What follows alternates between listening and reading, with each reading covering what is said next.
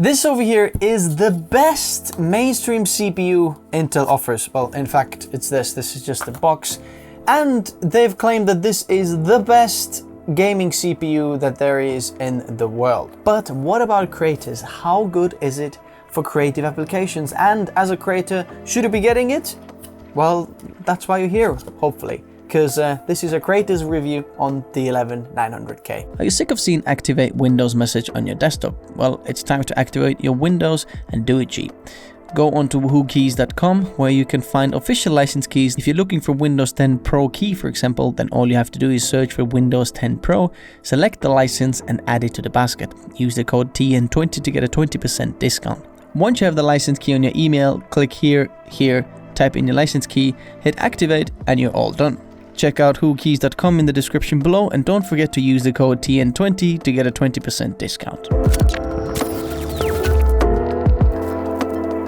Just a few specs. This is the first generation of Intel processors that support PCIe 4.0. Also, it is 125 watts TDP. Put an asterisk over there because you'll see in the end of the video. It features 8 cores and 16 threads, and it is still on the 14 nanometer architecture from Intel. Before we go on the benchmarks, I think it's important that we put it in perspective to the Team Red of AMD. So this CPU over here cost $545 at the time of making this video. Just before the video, like I looked up how much does it cost, which is £490 here in the UK, and the 5900X 12-core Ryzen 9 CPU from AMD is $590, which is 8% more expensive than this in the US, but in the UK it is 9% cheaper than this Intel 11900K, and it costs £450. So let's have a look at some of the benchmarks now on the screen, and keep in mind the price difference so we can actually measure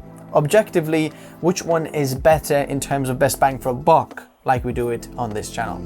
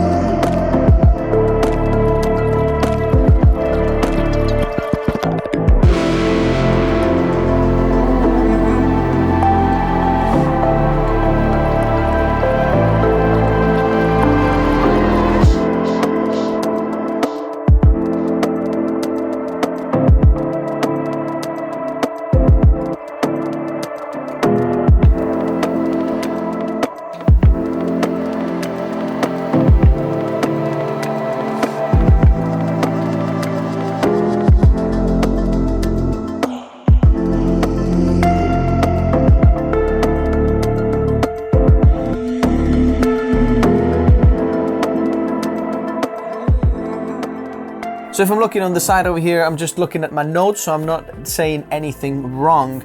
But just a little conclusion on the benchmarks then. What did we actually see? What does it actually translate to? Compared to Ryzen 9 5900X in Blender, we are 29% slower on the slower render.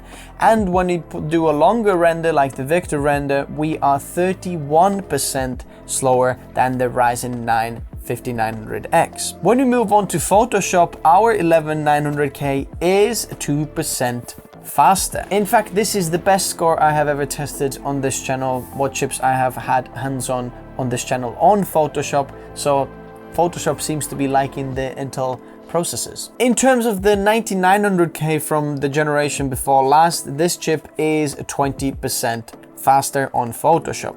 In Lightroom, we are 21% slower compared to the Ryzen 9 5900X and 1% faster than the 9900K, which is quite embarrassing. Compared to Lightroom Classic, we are only 1% faster, and there's been 2 generations of processors. Moving on to Premiere Pro, on the extended overall score, we are 7% slower than the 5900X and in the standard overall score, we are 3.5% slower than the 5900X. I want to mention that when I was doing the timeline performance test, which comes out very, very soon, so stay tuned for that. It's coming out very soon. Hit that subscribe button if you want to see that. But on the live timeline performance in Premiere Pro, when we moved to 5K and above 4K, it started to really struggle with these 8 cores and 16 threads, whereas the 12-core Ryzen 9 was just breezing through all the way till 8K and even 12K,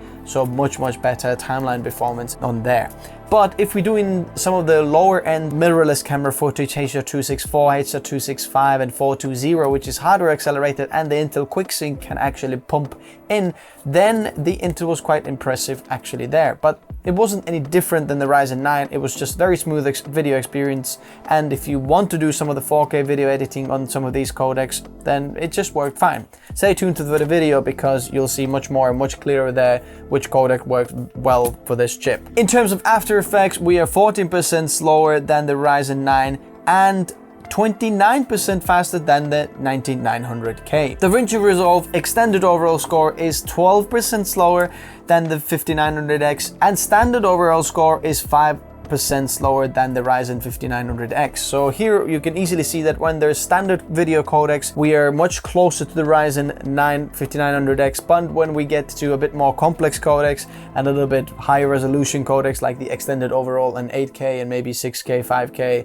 things like that, then the Ryzen 9 has a bigger edge over this 11900K. So concluding my conclusion of the conclusions, the 11900K is really no match to the Ryzen 9 5900X, especially at this price point. Now it's great to see that it is 20% faster than the 9900K, which kind of makes sense in terms of the like generational upgrades, 10% and 10% again, but it's still quite not enough to make sense to really, for me, to recommend this over the Ryzen 9 5900X. But one good thing about this is that if you're doing any H.265 codec editing, whether it's 8-bit, 10-bit, 12-bit, on DaVinci Resolve, then this iGPU inside this Intel CPU has a hardware acceleration for decoding those codecs, which makes the like timeline playback much smoother, which is really cool little extra feature in here that there is in no other GPU. Even if you take like the Nvidia or AMD dedicated GPUs, they do not support hardware playback or decoding for those codecs in DaVinci Resolve. So let's talk about the power consumption of this chip. Just bear in mind, this is supposed to be 125 watt TDP. Remember the asterisks in the beginning of the video? So when I was doing some of these tests and had my hardware monitor open, and then even the hardware monitor was just like, do you know what? Left the chat and said, this is too much power for me. I'm done with this Intel cheating. So here's what happened. If you don't believe me, check out this little short. I'm gonna try to link it up there, or you can find it on my channel as well.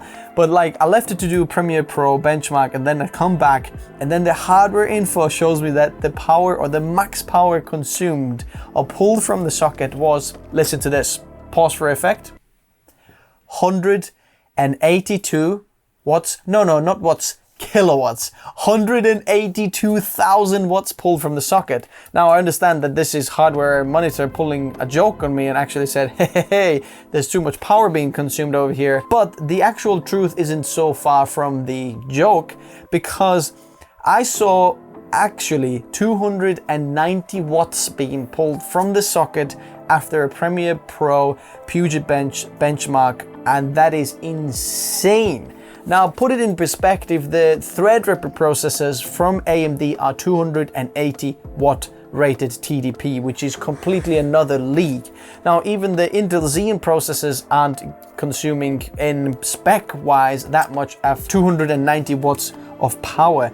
So to be pulled 290 watts from this little guy to produce these benchmarks is just absolute insanity. It's more than twice as much as rated over here, and obviously my little 230 watt cooler, which in, you know, specs should be completely fine, was struggling. It was 100% in there. So this chip, in conclusion, runs very hot, and if you want to keep it cooled down, ooh, get yourself a beefy cooler, especially if you're doing some of the longer complex renders or exports, something like that. If you're doing a little bits on Lightroom or Photoshop, it's gonna work fine. It's not gonna put all the cores used max. It's a hot fella, let's just say. So the big question is, would I recommend this processor for the creators, and does it make sense for the creators? And the answer is, unless Intel reduces the price further down 20%, then I would actually start to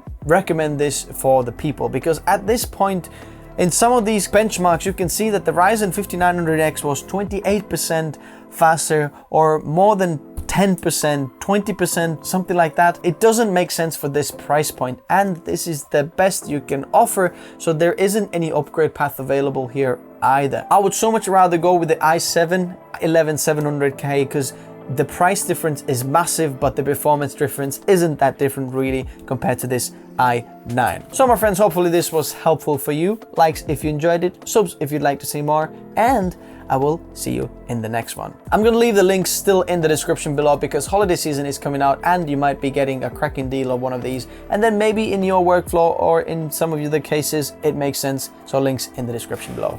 Thanks guys for watching, bye bye.